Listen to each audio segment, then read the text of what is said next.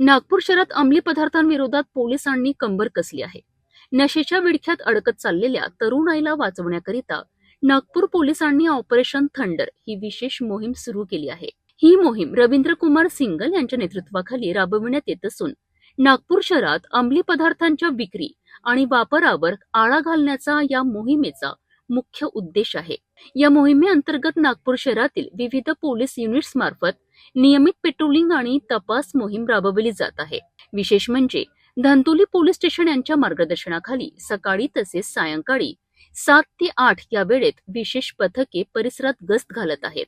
अंमली पदार्थांच्या विरोधात कारवाई करण्याकरिता स्वतंत्र तपास पथकही नियुक्त करण्यात आले आहेत. तपासादरम्यान पोलिसांना एक महत्त्वाचे यश मिळाले आहे. 24 वर्षीय स्वप्नील विलासराव आंबटकर यांच्याकडून पोलिसांनी सुमारे 4 ग्रॅम एमडी पावडर, ड्रग्ज आणि एक मोबाईल फोन जप्त केला आहे. या प्रकरणी एनडीपीएस कायद्यान्वये गुन्हा दाखल करण्यात आला असून आर्थिक फायद्याकरिता अंमली पदार्थांचा व्यवहार केला जात असल्याचा प्राथमिक अंदाज व्यक्त करण्यात येत आहे. ही कारवाई पोलीस आयुक्त, जॉईंट पोलीस आयुक्त आणि इतर वरिष्ठ अधिकाऱ्यांच्या मार्गदर्शनाखाली करण्यात आली. या प्रकरणाचा तपास अनामिका मिर्झापुरे, वरिष्ठ पोलीस निरीक्षक यांच्या देखरेखीखाली सुरू आहे. या कारवाईत शुभम बकाल आणि सुमित कुमार जाधव यांनीही सक्रिय सहभाग घेतला असून पुढील तपास सुरू आहे. नागपूर शहरात अंमली पदार्थांविरोधात सुरू असलेले ऑपरेशन थंडर हे ड्रग्ज माफियांना मोठा धक्का देणारे ठरत असल्याचे सांगितले जात आहे.